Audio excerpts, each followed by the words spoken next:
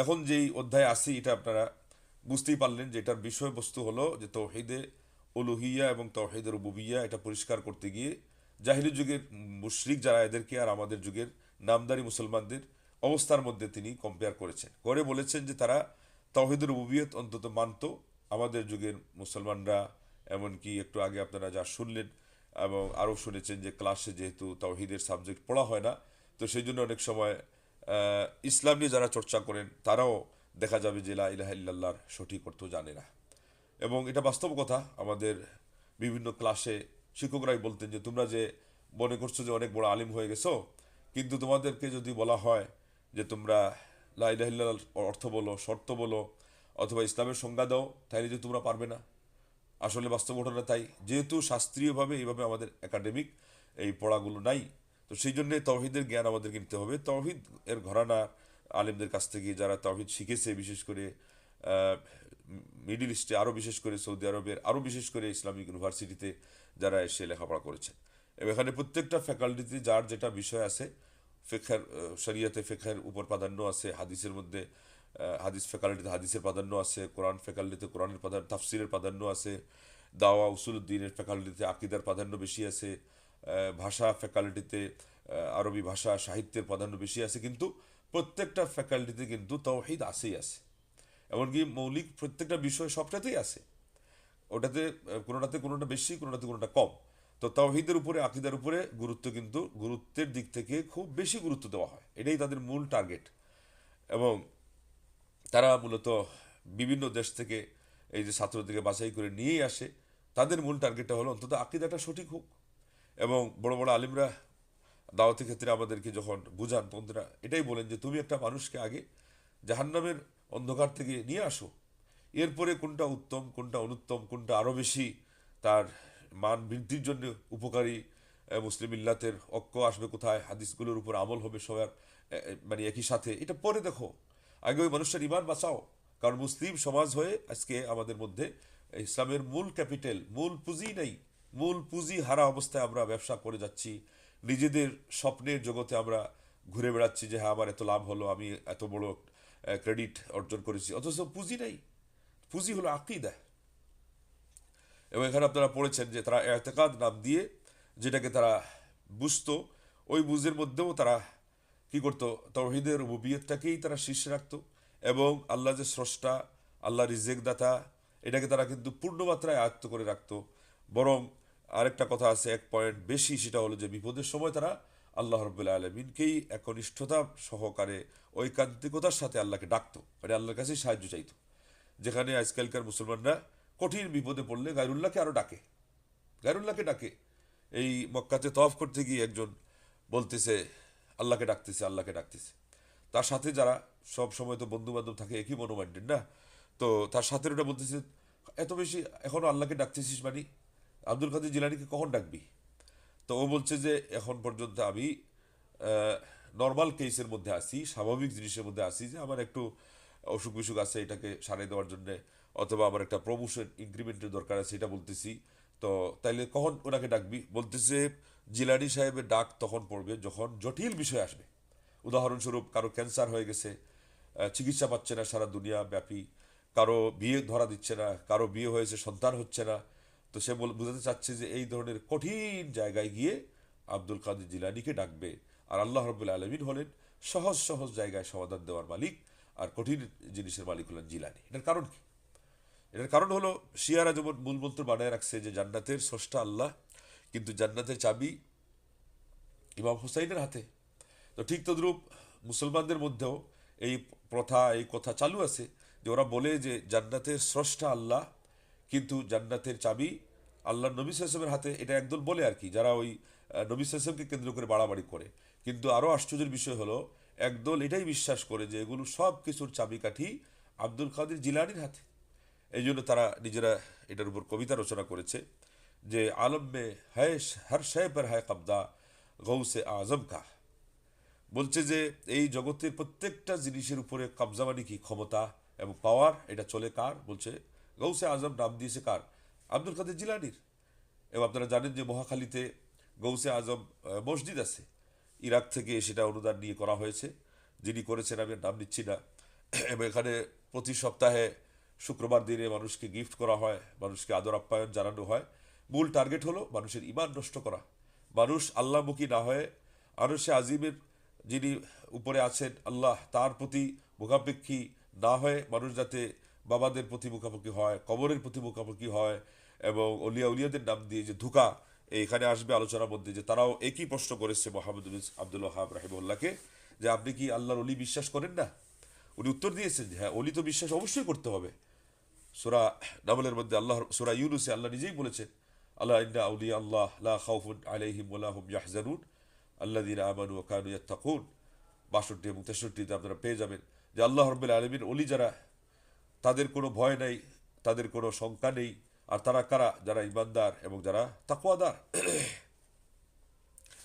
তো শেখ মোহাম্মদ আব্দুল ওয়াহাব রাহিমাহুল্লাহ উত্তর দিয়েছেন, সমুচিত জবাব দিয়েছেন যে আল্লাহর অলি তো অবশ্যই আছে, কিন্তু অলির ওয়েলায়েত উপকার তাকেই দিবে মূলত। সে কেউ যদি আল্লাহকে ভয় করে চলে, কারো যদি ইমান মজবুত হয়, প্রথমত জানতে হবে এই উপকারটা তার, সে আল্লাহর অলি হয়ে গেছে, এটা বড় ক্রেডিট। আল্লাহ তাকে প্রিয় বানিয়ে নিয়েছেন। এবং বড় একটা হবে কি, তার দোয়া কবুল হবে। দোয়া কবুল হলে অন্যরা উপকৃত হবে, এই তো। কিন্তু তারা এটাকে সূত্র বানাইয়া বলছে কি, যে ওনার কাছে গেলে আমাদেরও মনের আশা পুরা হয়ে যাবে, কিছু মানুষা করলে এতে একটা কল্যাণ হবে। এই করে করে দেখেন একটু থেকে একটু স্লিপ করেই মানুষ তাওহীদ থেকে শিরকে চলে গেছে। লা হাওলা ওয়ালা কুওয়াতা ইল্লা বিল্লাহ। এবং বলছে তারা গঞ্জে বখশ, হায় তারপরে বড় পীর ইয়েকে, মঈনুদ্দিন চিশতি সাহেবকে হায় মুশকিল কুশা। তারপরে অন্য আরেকজন কবি বলছেন যে নাকিসারা পীরে কামিল হায় মোহাম্মদ মুস্তফা। মানে তারা মঈনুদ্দিন চিশতি সাহেবকে বলছে যে গঞ্জে বখশ, তারপরে মুশকিল কুশা। গঞ্জে বখশ মানে কি, যিনি ভান্ডারের মালিক এবং অন্যদেরকে ভান্ডার থেকে দিতে পারেন। আর মুশকিল কুশা মানে যিনি বিপদ সরাইতে পারেন, বিপদ দূরীভূত করতে পারেন। তো এটা প্রতিবাদ করতে একজন বলছে যে গঞ্জে বখশ মুশকিল খুদা হায় সিরিফ মুশকিল কুশা হায় সিরিফ জাতে খুদা, নাকিসারা পীরে কামিল হায় মোহাম্মদ মুস্তফা। এটা তাওহীদবাদী কবি বলছেন। আমাদের পাকিস্তান, ভারত, রাজস্থানের মধ্যে যেহেতু আজমির শরীফ আছে, এগুলোকে কেন্দ্র করে যারা মঈনুদ্দিন চিশতি সাহেবকে বলতো যে তিনি হলেন আপনার মুশকিল কুশা, বিপদ দূরকারী, এবং তিনি হলেন আপনার এই মানুষকে দিতে পারেন, দাতা বক্স কেউ বলে, দাতা বক্স। এবং দাতা বক্স নামে আমাদের সমাজেও কিন্তু অনেক বাজার আছে। ওই যে যার কাছে গেলে যেটা পাওয়া যায়, তারা এটাকে কেন্দ্র করে নাম দিয়ে দিয়েছে।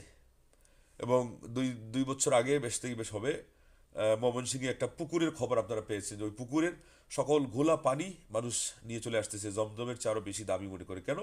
ওই রটিয়ে দেওয়া হয়েছে যে এই পানি পান করলে সব আশা পুরা হয়। যার বিয়ে হচ্ছে না বিয়ে হয়ে যাবে, যার চাকরি হচ্ছে না চাকরি হয়ে যাবে, পরীক্ষায় পাশ করছে না পাশ করে ফেলবে, সন্তান হচ্ছে না হয়ে যাবে, সন্তান হয়ে বাঁচে না বেঁচে যাবে, তার নির্বাচনে সে পাশ করে না পাশ করে ফেলবে।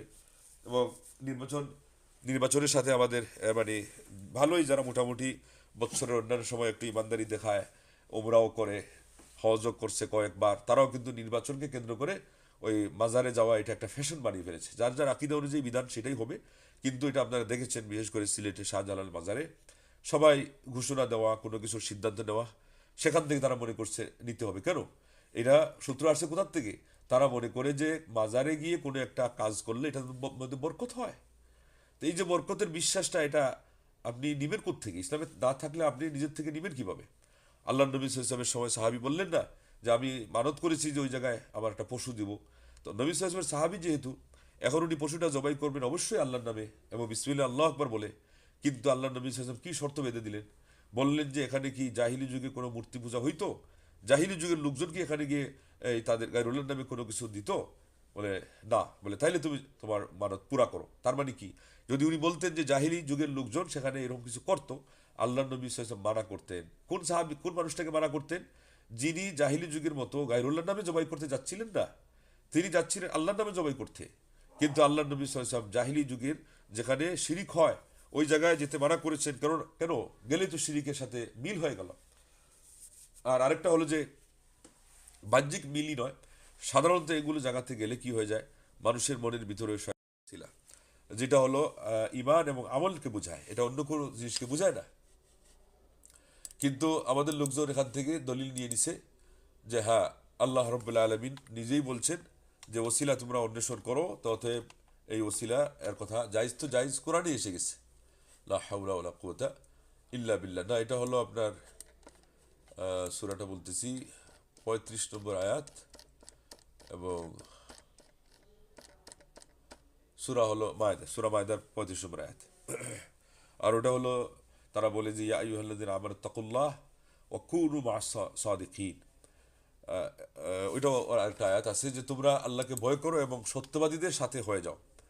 তো মা'আস সাদিকিন এটারও আমি আয়াত বলি, তাহলে আপনাদের সহজ হবে নাম্বারটা বের করা।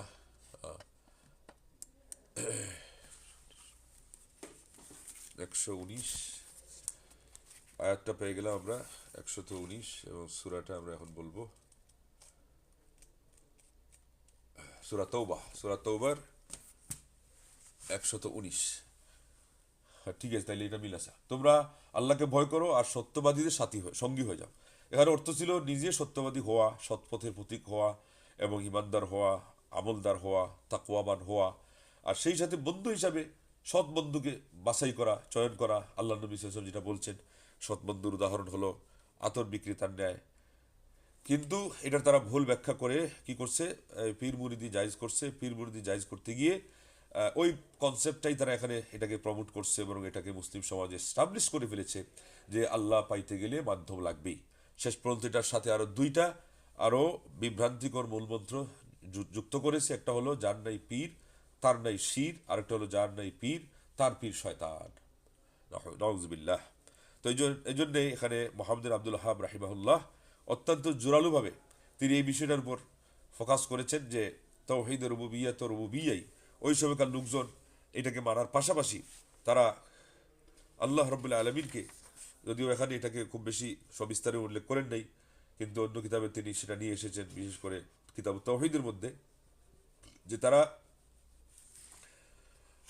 বিপদে পড়ে গেলে সমুদ্রের মধ্যে তারা আল্লাহ রাব্বুল আলামিনকে খাঁটি মনেই ডাকত, আর যখন সৈকতে এসে যেত তখন ইদাহুম মুশরিকুন, তখন আল্লাহর সাথে তারা শরীক করতো। তার মানে উনি প্রমাণ করেছেন যে সুখে সুখে ভালো অবস্থায় ওরা শিরিকটা করতো, কিন্তু বিপদের সময় তারা কিন্তু এই শিরিকটাও করতো না। যেই শিরিকের বিপরীত হচ্ছে তাওহীদের উলুহিয়া। তার মানে তাওহীদের উলুহিয়াটাকে তারা বিপদের সময় আমল করতো এর উপর, এবং এটাকে বাস্তবায়ন করতো, কিন্তু আজকালকার যুগের মুসলমানরা পর্যন্ত এটা হাতছাড়া করেছে। এটাকেই উনি প্রমাণ করেছেন এক আয়াত দিয়ে, যে ওয়ান্নাল মাসাজিদা লিল্লাহ ফালা তাদউ মাআল্লাহি আহাদা, সূরা জিন এর 18 নম্বর আয়াত, যে ইবাদত বলতেই এই সবগুলো হবে সুসংরক্ষিত আল্লাহ রাব্বুল আলামিনের জন্য, অতএব তোমরা আল্লাহর সাথে আর কাউকে ডাকো না, মানে কাউকে শরীক করো না। আরেকটা আয়াত বলেছেন লাহু দাওয়াতুল হক ওয়াল্লাযীনা ইয়াদউনা মিন দুনিহি লা ইস্তাজিবুনা লাহুম বিশাই। প্রকৃত অর্থে দোয়া পাওয়ার মানে ইবাদত পাওয়ার, আমাদের আরাধনা, এগুলো আমরা যে নিবেদন করব এটার মালিক হলেন মূলত আল্লাহ। কিন্তু আল্লাহকে বাদ দিয়ে তারা যাদেরকে ডাকে, উনি বললেন এরা তো যোগ্য তো না। যোগ্য না হওয়ার একটা কারণ হলেই যে ওরা তো ডাক শুনে না, আপনার ডাকে সাড়া পর্যন্ত দিতে পারে না, তাইলে ওরা এই ডাকটা পাওয়ার হকদার না, মানে ইবাদত পাওয়ার হকদার না। এটাই উনি প্রমাণ করলেন।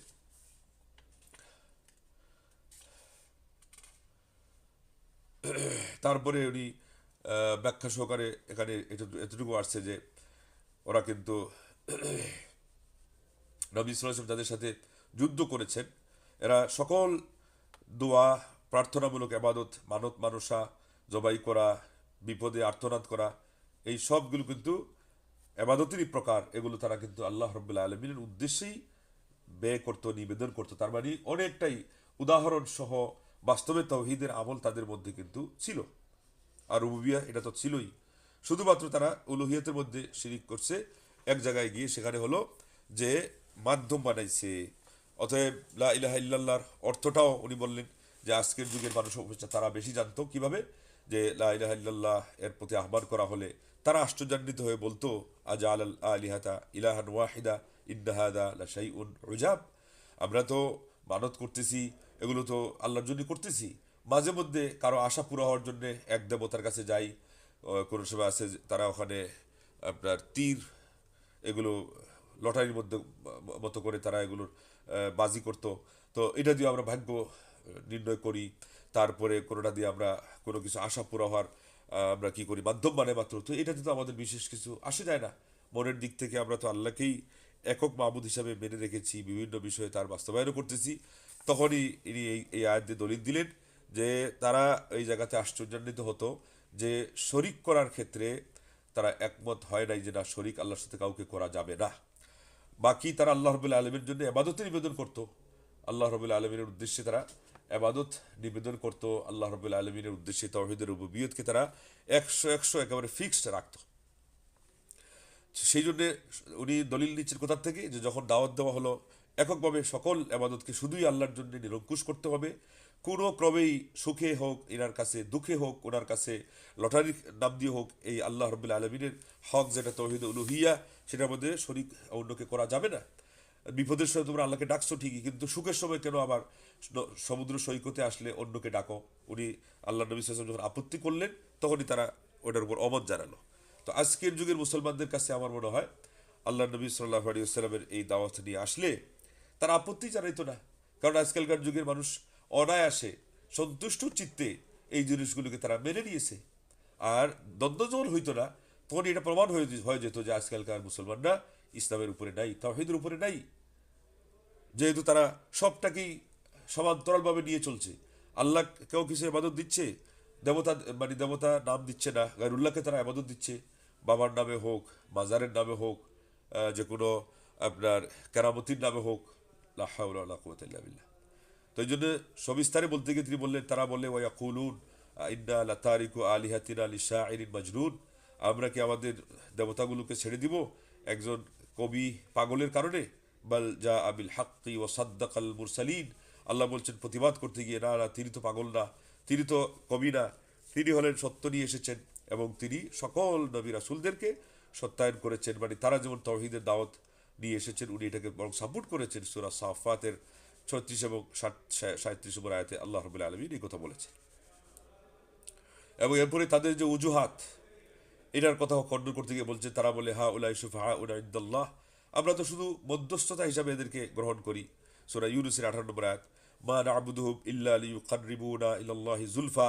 সূরা জুমারের 3 নম্বর আয়াতে তারা যেটা বলতো আল্লাহ এটা উল্লেখ করেছেন যে আমরা এদের ইবাদত এই জন্যই করি যে তারা আল্লাহ পর্যন্ত আমাদেরকে পৌঁছাই দেবে। এখানে দুইটা বিষয় আমাদের লক্ষণীয় আছে। একটা হলো তারা শুধুমাত্র মাধ্যম হিসাবে নিত, এদেরকে চূড়ান্ত মাহবুদ বানাইতো না। দ্বিতীয় হলো তাদের মুখ দিয়ে কিন্তু বাস্তব কথাটা এসে গেছে যে এই মাধ্যমটাকেই আল্লাহ রাব্বুল আলামিনের কোরআন কারীমের মধ্যে তাদের ভাষায় আসছে বলেই তো আল্লাহ উল্লেখ করেছেন যে এটাকে তারা ইবাদত নাম দিয়েছে। এখন আমরা এই সিদ্ধান্তে কি একমত হয়েছি কিনা যে ইবাদত মাত্রই, ইবাদত বলতেই সব জিনিসগুলো আল্লাহর জন্য নিরঙ্কুশভাবে একেবারে নিবদ্ধ, এখানে অন্য কারো আশঙ্কা পর্যন্ত নাই।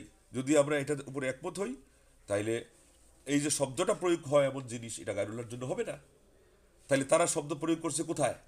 আল্লাহ এবং বান্দার মাঝে মাধ্যম ধরার ক্ষেত্রে। অতএব এটাকেই কোরআন কারীমের পরিভাষায় ধরা হয়েছে ইবাদত।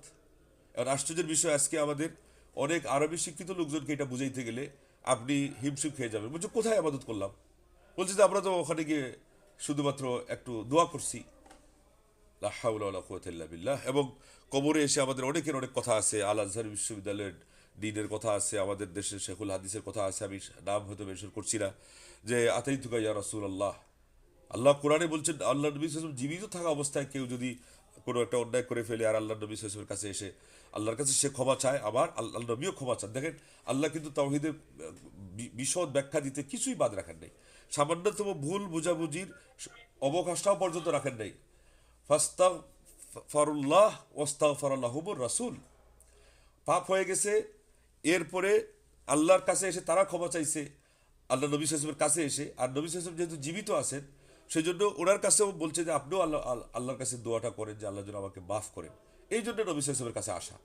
মারা যাওয়ার পরে আল্লাহ নবী তো তার নিজের জন্যই ক্ষমা চাইতে পারছেন না, কিন্তু আল আজহার বিশ্ববিদ্যালয়ের ডিন একদিক থেকে আসছে, আইসা এই আয়াত পড়ে দলিল দিচ্ছে যে আল্লাহ তুমি বলছো যে তোমার নবীর কাছে আসলে আর ক্ষমা চাইলে আর নবীও ক্ষমা চাইলে তুমি ক্ষমা করবা, তো আমি তোমার নবীর কাছে আসছি।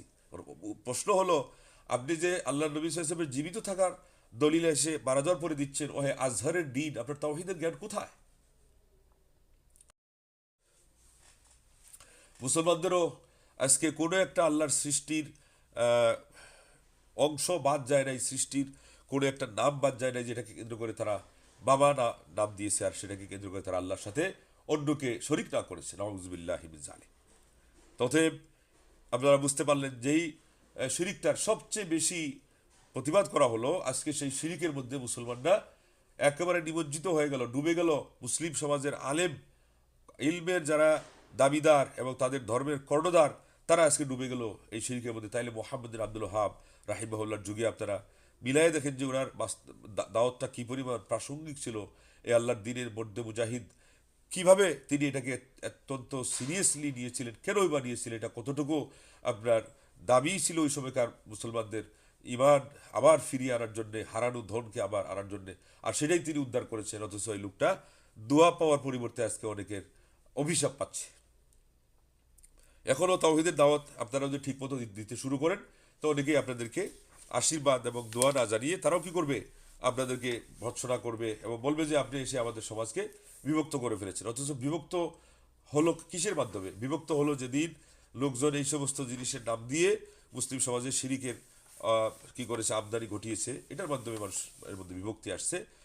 তাওহীদের দাওয়াতের মাধ্যমে বিভক্তি আসে না। তাওহীদ শব্দের মধ্যেই যে অর্থটা আছে এটা হলো একীভূতকরণ, মানে আল্লাহকে আগে আগে আপনি কি করবেন, একীভূত করবেন, এক সাব্যস্ত করবেন। আর আল্লাহকে এক সাব্যস্ত করলে শেষে কি হবে? সবাই যখন আল্লাহকে এক সাব্যস্ত করবে, তখন ওই আল্লাহকে এক সাব্যস্ত করার সুবাদ মুসলিম সমাজের মধ্যে আসবে। ওইটা হলো তাওহীদুস সুফুফ। মুসলমানদের দল মত নির্বিশেষে তাদের মধ্যে ঐক্য, সমৃদ্ধি, সৌহার্দ্যপূর্ণ আচরণ, পারস্পরিক মহব্বত, ভালোবাসা এবং শ্রদ্ধাবোধ, এগুলো বাড়বে। কিন্তু এখন যখন তারা সততা বিচ্ছিন্ন, বিচ্ছিন্ন হতে গিয়েই উনি এই পন্থী, উনি ওই পন্থী, উনি এই বাজারের ভক্ত, উনি ওই বাজারের ভক্ত, উনি বাংলা পীরের ভক্ত, উনি পাকিস্তানি পীরের ভক্ত। আপনারা শুনে থাকবেন যে চিটাগাঙে একটা পীর আসে, ওটার পীরের নামই হলো পীরে বাঙাল। আল্লাহ তুমি মাফ করো। সেটাকে লাল হেলিকপ্টার দিয়ে, খালি লাল গালিচা নেওয়া, লাল হেলিকপ্টার দিয়ে ঢাকা টু চিটাগাং নেওয়া হয় এবং সেখানে গালিচা টালিচা সহ যা লাগে সব কিছু দিয়ে তাকে সমৃদ্ধ করা হয়। শিখায়, আমি নিজেই দেখছি ওই 6 তসবি, লা হাওলা ওয়ালা কুওয়াতা ইল্লা এতবার বলবেন, লা ইলাহা ইল্লাল্লাহ এতবার বলবেন, দুরূদ এতবার পড়বে, আপনার মনের আশা পুরা হয়ে যাবে। যেটার পদ্ধতিগত দৃষ্টি বিষয়ে দৃষ্টি দিলে দেখা যায় এটা শিরিকি একটা পদ্ধতি, সুন্নতি নিয়মে এই জিকিরটা হয়ই না। আর সেই সাথে যেহেতু ওনাকে তারা পীর মানছে যে ওনার বলে দেওয়া পদ্ধতি ছাড়া আল্লাহকে পাওয়া যাবে না, তাইলে আপনারা একটু আগে যেটা শুনলেন যে মাধ্যম ধরা, ওই মাধ্যমটাই তারা ধরতেছে। কেউ জিন্দা পীরকে মাধ্যম ধরে, কেউ মুর্দা পীরকে মাধ্যম ধরে। এবং সিলেটে একটা বাজারের নাম আছে জিন্দা বাবার মাজার। ওই জিন্দা বাজার যেটা বন্দর বাজার থেকে দরগার দিকে যাইতে গেলে, শাহজালাল সাহেবের যেখানে দরগা মানে আম্বরখানা আছে, এখানে যেতে গেলে মাঝখানেই যেখানে জিন্দা বাজার, ওই জিন্দা বাজারেই রোডে যাওয়ার সময় আলহামরা সিটির একটু পরে গেলেই আপনি বাম সাইডে দেখবেন যে জিন্দা বাবার বাজার। তো আমি হঠাৎ করে দেখে থমকে গেলাম, বললাম যে ও হো, তাইলে পুরা জিন্দা বাজারের নামটাই হয়েছে এখান থেকে, আসল ঘটনায় বাবার এখান থেকে। তো আল্লাহর মেহরবানি যে ওই বাবা ওটা আবার রোডের একেবারে সাথে রানিংয়ে থাকে সবসময়ের জন্য, এখানে আর বিশেষ কিছু জমে নাই। কিন্তু যেগুলো অন্যান্য জায়গায় আছে এগুলো আপনারা শুনেছেন যে 360 জন আসছিলেন শাহজালাল রাহিমাহুল্লার সাথে, উনি এসে যুদ্ধ করেছেন, সিলেটকে গৌরগোবিন্দের কবল থেকে রক্ষা করেছেন। ওইটার শিরিক হয়তো মার্কাবারা শিরিক, ওইটার থেকে তিনি একেবারে মাশাআল্লাহ মানুষকে ইমানের দিকে নিয়ে আসছেন।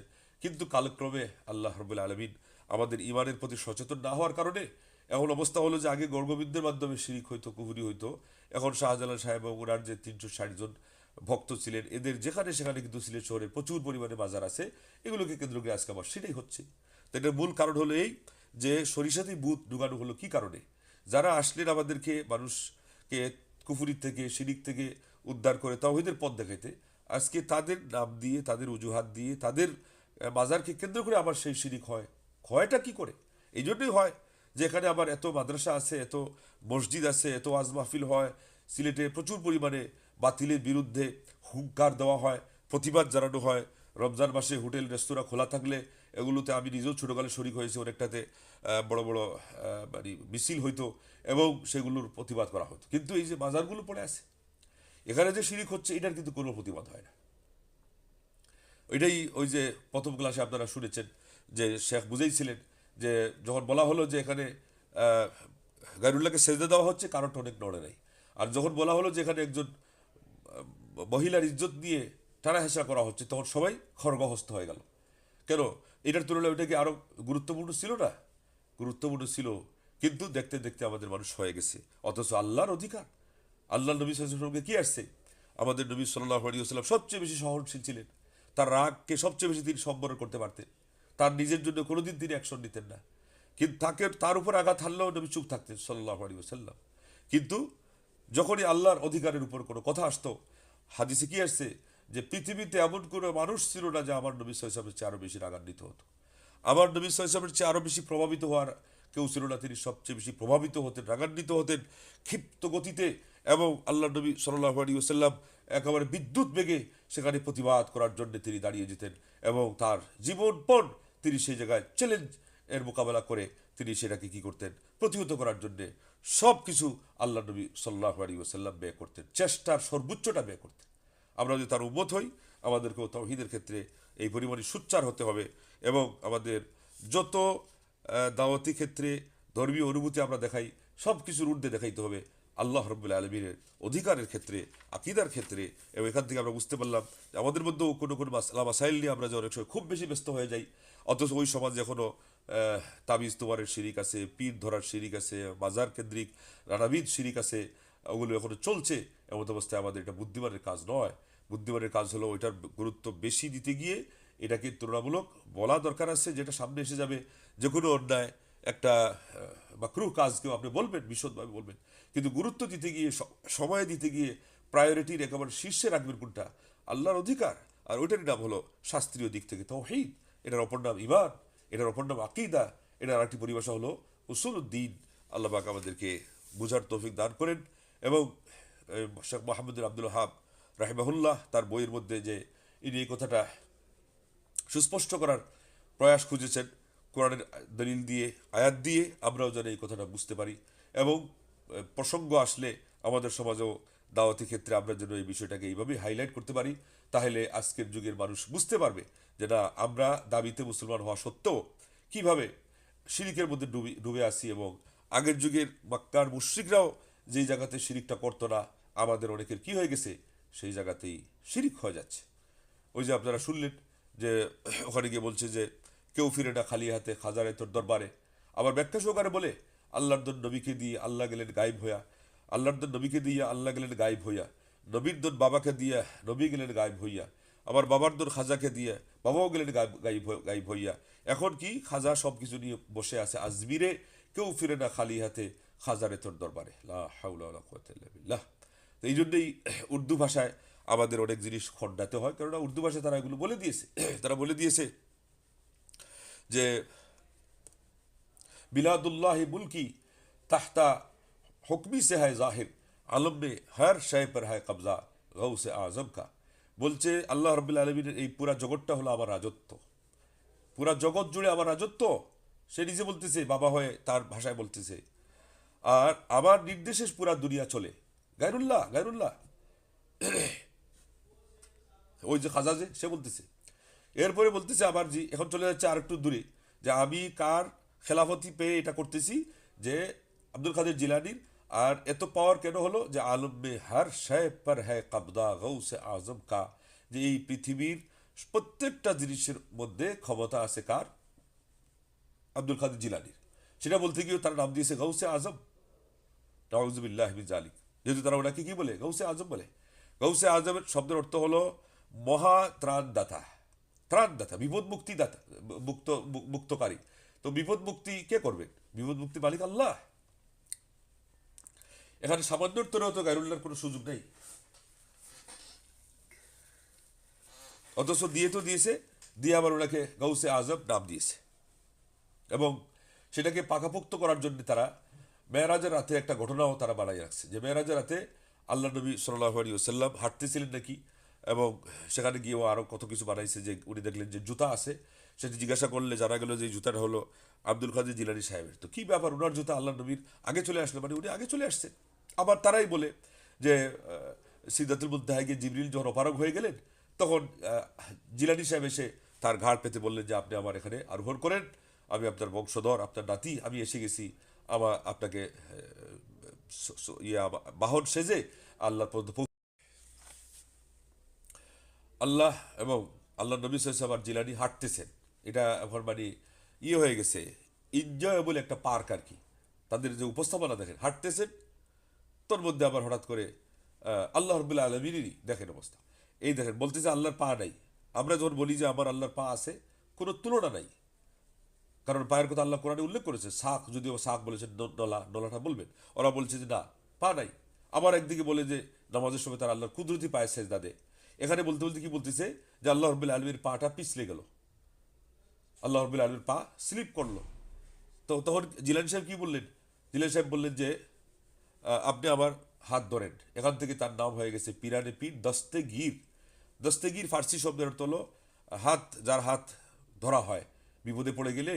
তো বলতেছে ওই মেয়েরাজের রাত স্বয়ং আল্লাহ জিলানি সাহেবের হাত ধরে রক্ষা পেয়েছিলেন, এই জন্য ওনার নাম হয়ে গেছে পিরানে পীর দস্তেগীর। বলে নাউজুবিল্লাহ, এর চেয়ে মারাত্মক পর্যায়ে নেককার জন্য শিরিক আপনি আসমানের নিচে জমিনের উপরে কোথায় পাবেন? এইভাবে আরো কত ঘটনা বলে যে কার গাবি মরে গেছে, তখন জিলানি সাহেবকে নিয়ে তারা আসছে। উনি তখন কবরে কবরে এসে বলছেন যে তুমি উঠে যাও। তো গাবি উঠে গেছে, গাবি উঠে গেছে। এরপরে বিবাহ করতে যাচ্ছিল আরেকজন, সেই মালাকুল মৌত এসে তার প্রাণ নিয়ে নিল। তখন জিলানি সাহেব সেখানে হস্তক্ষেপ করলেন। তারপরে বলল যে তাকে ফেরত দাও, ওই এক বুড়ি মহিলার একটাই সন্তান, তুমি তাকে ফেরত দাও। ফেরত দিতে গিয়ে সাগরের তলে নাকি একেবারে তার ওই বিবাহ বহর এর যত সরঞ্জামাদি ছিল এগুলো ডুবা অবস্থা থেকে উদ্ধার পেয়ে গেল। চিন্তা করেন, শুধু তাই নয়, বরং ওই সুযোগে মালাকুল মৌত ওই দিন বস্তাবন্দি করে নাকি যত প্রাণ নিয়ে গেছিলেন এই সবগুলো ছাড়া পেয়ে গেল। দেখেন শিরিক কিভাবে আমাদের সমাজে ঢুকছে। মোহাম্মদ নজরুল যুগেও এইভাবে ঢুকে নাই, আল্লাহ নবী সাল্লাল্লাহু যুগে ঢুকে নাই। ইজমালিভাবে শিরিকটা ছিল, গায়রুল্লাহকে ডাকা। কিন্তু এত মারাত্মক পর্যায়ের জেলালি সাহেবের হাতে সব তুলে দেওয়া আল্লাহর সকল অধিকার, এবং সুস্পষ্টভাবে বলা যে আল্লাহর কাজ তিনি দিয়ে দিছেন অমুকের হাতে। এবং আপনারা শুনে আশ্চর্য হবেন, এই বুখারী শরীফের দার্সে বসে এইগুলো কথা শোনা লাগছে যে আল্লাহ রাব্বুল আলামিন নাকি নবী খিজির আলাইহিস ইসলাম এখনো জীবিত আছেন, আর ওনার মাধ্যমে জলভাগের সকল কর্ম আল্লাহ আদায় করেন, আর ইলিয়াস আলাইহিসের মাধ্যমে স্থলভাগের সকল কাজকর্ম আদায় করেন। এটাও তো আরেকটা সমস্যা।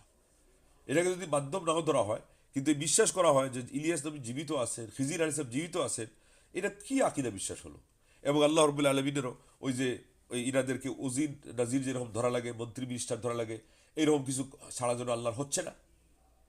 ওইটা থেকে তো সূত্র ধরেই তো তারা বলছে যে আল্লাহ রাব্বুল আলামিনের একজন আছেন আপনার ওই যে কুতুব, এইভাবে আবদাল, এইভাবে আরো তার নাম দিয়েছে যে কাবা কেন্দ্রিক একজন আছেন, তার আশপাশে তিনজন আছেন, তার আশপাশে আরো এতজন আছেন। এই করতে করতে 3 শতাধিক পৌঁছে গেছে। এখান থেকে ঢুকাই দিছে আমাদের শহর কুতুবকে। দেখবেন যে একেবারে আপনার জীর্ণ শীর্ণ অথবা ময়লা আবর্জনা যুক্ত কাপড় পরে শীতের দিনে একেবারে কন করে শীতের দিনে রাস্তার মোড়ে দাঁড়িয়ে থাকে, হাতের মধ্যে ময়লা থাকে, মানে ভাসি খাবার থাকে, লোকজন কিছুই বলে না, একটা উপদেশও দেবে না, জানতেও চাইবে না তার সাথে। বলছে কি না এটা শহর কুতুব, একে যদি তোমার মানতে ইচ্ছা না হয় তাহলে তুমি তাকে ছাইনো না, এলাকার ভাষায় বলে, মানে তাকে তুমি অমান্য করো না, অবজ্ঞা করো না। বলছে যে এদের মাধ্যমে আল্লাহ দুনিয়া ঠিকই রাখছেন। এবং সেই জায়গা থেকে আমাদের সমাজে একটা পরিভাষা ব্যবহার করা হয়, খুতবে আলম। আপনারা এখন চিন্তা করে বের করেন, কান্না ব্যবহার করা হয়। কিছু আবার পয়েন্ট আউট না করলে আপনারা বুঝবেনও না। হোসেন আহমদ মাদানী রাহিমাহুল্লাহ নামে খুতবে আলম বলা হয় কি হয় না? আপনারা খোঁজ নিয়ে দেখেন। কুতবানি কুত শব্দের অর্থ হলো মেরু, উত্তর মেরু, দক্ষিণ মেরু, আল কুতবুল শিমালি, আল কুতবুল জুনুবি। এগুলো দিয়ে আল্লাহ তার কুদরতিভাবে দুনিয়াটাকে ধারণ করার ব্যবস্থা করে রাখছেন। ইন্নাল্লাহা ইউমসিকুস সামাওয়াতি ওয়াল আরদা আন তাজুলা ওয়ালা ইন যালাতা ইন আমসাকাহুমা মিন আহাদিন মিন বাদি।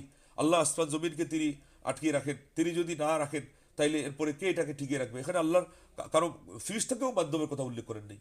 আল্লাহ তার নিজের কুদরত সাব্যস্ত করার জন্য বলছেন তিনি আসমান জমিনকে ধারণ করে রাখেন। আর আমরা একজন মানুষকে বানিয়ে গেছে কুতবে আলম। কুতুব অর্থ হলো মেরু। এবং বিজ্ঞান গবেষণা করে দেখেছে আল্লাহ যে রাখছেন এটা একটা মেরুর সাহায্যে রাখছেন, তাইলে ওইটাকে আল্লাহ এখানে ব্যবহার করেছেন। ওয়ালিল্লাহি জুনুদুস সামাওয়াতি ওয়াল আরদ।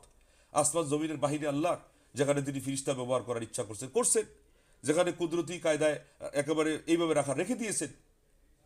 কত জিনিস, এই যে আসমান যেটা, এটা শূন্যের মধ্যে রাখছেন, বিগাইরে আবাদিন তারাও না। আসমানের মধ্যে কিন্তু কোনো ফিরিস্তার সহযোগিতা নাই। কিন্তু আরো সে আজিম টিকানোর জন্য 4 জন আছেন। আজকে হাসরের মাঠে বিচারের জন্য যখন নামানো হবে তখন 8 জন, আরো 4 জন বৃদ্ধি করা হবে। এটা আল্লাহর ইচ্ছা। আল্লাহ এদেরকে ব্যবহার করতে চেয়েছে, ব্যবহার করছে। চাইলে যে ব্যবহার করা লাগে না, এর চেয়ে আরো বড় জিনিসের আসমান, 7 আসমানকে আল্লাহ রাব্বুল আলামিন এইভাবে রেখে দিয়েছে। হ্যাঁ, আরশে আজিম আরো বড়, আর আরশে আজিম সবচেয়ে বড় মাখলুক, কিন্তু এককভাবে 7 আসমান সব মিলালে 7 জমিন কত ভারী, জমিনটাকে পানির উপর ভাসিয়ে রেখে দিয়েছে। আল্লাহ আকবার। আসমানে, আসমানটাকে তাও কিছুই বলা হয় নাই। তো অতএব আল্লাহ রব্বুল আলমিনের সাথে আমাদের এই এই জিনিসগুলো কিন্তু তৌহিদে কি, তৌহিদে রুবুবিয়ার সাথে শিরিক না কোনটার সাথে? তৌহিদ রুবুবিয়ার সাথে শিরিক। আসমান জমিনের বিশ্ব ব্রহ্মাণ্ড পরিচালনা, আল্লাহুল খালক ওয়াল আমর, আল্লাহর সৃষ্টিকুল, তার সৃষ্টি চলে তার নির্দেশে, এবাদতের ক্ষেত্রেও সব কিছু চলবে তার নির্দেশে। এটা বুঝাই থেকে আল্লাহ তৌহিদুর রুবুবিয়তকে দলিল হিসেবে গ্রহণ করেছেন যে খালক যদি হয় আল্লাহর, তাহলে আমর হবে আল্লাহর। আমর মানে কি? সৎ কাজের আদেশ, অসৎ কাজের নিষেধ। আমরা কেন বলি যে ওখানে আল্লাহ রাব্বুল আলামিন আমাদেরকে নির্দেশ দিয়েছেন এটা করো, আর ওই জায়গায় নিষেধ করেছে এটা করো না। তো সেই জায়গায় দিনের দায়ীরা কি করে আবার ওইটাকে তারা মানুষের কাছে পৌঁছায় দেয়। সেই জন্য বলা হয় আল আমরু বিল মারুফ ওয়ান নাহি আনিল মুনকার। এবং সেই জন্য বলা হয় দাওয়াতু ইলাল্লাহ কুনতুম খায়রা উম্মাতিন উখরিজাত লিন-নাস তা'মুরুনা বিল মারুফ ওয়া তানহাউনা আনিল মুনকার। সূরা আল ইমরানের 110 নম্বর আয়াতে এটা যদি বলা হয়, তাইলে 104 কি বলা হয়েছে? ওয়াল তাকুম মিনকুম উম্মাহ ইয়াদউনা ইলাল খায়র ওয়া ইয়া'মুরুনা বিল মারুফ ওয়া ইয়ানহাউনা আনিল মুনকার ওয়া উলাইকা হুমুল মুফলিহুন। তোমাদের মধ্যে একটা জনসমষ্টি দাঁড়িয়ে যাওয়া দরকার, যারা ইয়াদউনা ইলাল খায়র, এই যে কল্যাণের দিকে ডাকবে, ওইটাই হলো আল্লাহর দিকে ডাকা। কুল হাযিহি সাবিলি আদউ ইলাল্লাহ আলা বাসীরাতিন আনা ওয়া মান ইত্তাবা'নি ওয়া সুবহানাল্লাহ ওয়া মা আনা মিনাল মুশরিকিন।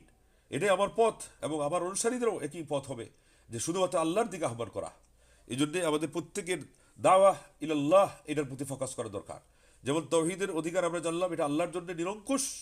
ঠিক দিনের দাওয়াতের ক্ষেত্রে আজকে আমাদের মধ্যে শততা বিভক্তি কেন দেখা দিয়েছে? যে প্রত্যেকের ইস্যু আমরা আলাদা বানিয়ে নিয়েছি। ইস্যু প্রত্যেকের এক হওয়া দরকার। এটা বলে আমি শেষ করে দিব। ইস্যু যদি ভিন্ন হয়, সেটা যদি ভালোও হয়, তাও আপনার যেখানে আল্লাহ, স্বয়ং আল্লাহ ইস্যু বানানো দরকার সরাসরি, সেই জায়গায় ওইটা বানালে হয় না। আল্লাহ যেটা অনুমোদন দিয়েছে সেটা হবে। যেমন আমরা আল্লাহ পাওয়ার জন্য আবাদত করি, সেই জায়গায় জান্নাত পাওয়ার জন্য আবাদত যদি করি হতে পারে, কারণ জান্নাত পাওয়ার কথা আল্লাহ শিখিয়েছেন। কিন্তু আরও কোনো জিনিস যেখানে সরাসরি এটাকে লক্ষ্য উদ্দেশ্য বানানো যায় না, ওটা ভালোও যদি হয়, যেমন ধরেন যে একজন আলেম, তাকে আলিম বলা হবে। এই জায়গায় যে আলিম বলা হলে দুইটাই যে রিয়াকারির মাধ্যমে তা নয়। আলেম বলা শব্দটাই হলো যেটা ইসলামে লক্ষ্য উদ্দেশ্য হতে পারে না, এবং উনি ওটার জন্য করছে। শহীদ দানবীর বলা হবে, উনি জীবন দিয়েছে। না, শহীদকে বলা হবে উনি বীর পুরুষ, জীবন দিয়েছে। দানবীর দান করেছে, তাকে দানবীর বলা হবে। কেমন দিন কি আসছে বুখারী শরীফে হাদিসে, তাদেরকে দিয়ে অগ্নি প্রজ্বলিত করা হবে। লা হাওলা ওয়ালা কুওয়াতা ইল্লা বিল্লাহ। তো এইভাবেই ইমাম গাজ্জালী রাহিমাহুল্লাহ, উনি একজনের কাছে গিয়েছিলেন প্রজ্ঞা পাওয়ার জন্য, যে আমার কথার মধ্যে যেন হ্যাকমত আসে। উনি বললেন 40 দিন তুমি যাও একাকী থেকে এক জায়গায় আবাদত করে আসো। আবাদত করে আসার পরে দেখলেন যে কিছুই হয় নাই। তো উনি বললেন তুমি কেন আবাদত করছো? বলছে যে প্রজ্ঞা পাওয়ার জন্যে। তরুণী বলছে যে না, এটা তো হয় নাই। তোমার আবাদত করা দরকার ছিল শুধু আল্লাহ পাওয়ার জন্যে, মাঝখানে প্রজ্ঞা কেন ঢুকাইলা? লা ইলাহা ইল্লাল্লাহ। তো এই জন্য আজকে আমাদের উচিত আল্লাহ রাব্বুল আলামিনের উদ্দেশ্যে আমাদের নিয়তটাকেও খাঁটি করা, আমাদের আকীদা বিশ্বাসটাকেও নিরঙ্কুশ করা, আমাদের আমলগুলোকেও সব ধরনের শিরিকের মিশ্রণ থেকে, শিরিকের সামান্যতম লেশ এখানে যুক্ত হওয়ার থেকে আমাদের এগুলোকে নিট অ্যান্ড ক্লিন রাখা, এটা আমাদের ইমানি দায়িত্ব, নৈতিক দায়িত্ব। আল্লাহ রাব্বুল আলামিন এটার উপর আমাদেরকে আমল করার তৌফিক দান করেন। আকীদা বিশ্বাসের দিক থেকে আমরা যেন মুওয়াহহিদ হতে পারি, পাকাপোক্ত ইমানদার হতে পারি। আল্লাহ আমাদেরকে তৌফিক দেন, আমিন। ওয়া আখিরু দাওয়ানা আলহামদুলিল্লাহি রাব্বিল আলামিন। এখন যদি কোনো প্রশ্ন থাকে তাহলে করা যাবে। আচ্ছা, দুঃখিত যে আমি ওই প্রথম প্রশ্নটা রেকর্ড করা হয়নি, খেয়াল করা হয়নি। আর দ্বিতীয়টা আমরা রেকর্ড করি। অনেকে প্রশ্ন করেছেন যে কাজের ফাঁকেই আমাদেরকে ক্লাস করতে হয়। তো এটা আমাকেও করা লাগতেছে, এখন আমার ডিউটি। কিন্তু আমরা যেটা বললেন যে আপনার সেখানে জবের কোনো ক্ষতি হয় না, প্রভাব নাই এটার, তাইলে চলে। পার্থক্য হলো আমার এখানে অ্যালাউ করা আছে, তারা দিনের দাওয়াতের জন্য যে কোনো কাজ, ইলেকট্রনিক মিডিয়া ব্যবহার করে দাওয়াতি কাজের জন্য ইদানিং তারা বড় আরও জোর দেয়। আপনারটাতে হয়তো এরকম তারা উৎসাহ দেয় নাই। কিন্তু অন্তত যদি এটা না থাকে যে এখানে নিষেধ করা হয়েছে যে এই জায়গায় তুমি ভালো হলেও কোনো কাজে অংশ নিতে পারবে না, তাইলে মুঠের উপর এটা চলবে এবং কাজের ক্ষতি না হতে হবে, এটা আমরা আগে বলে দিচ্ছি। জি।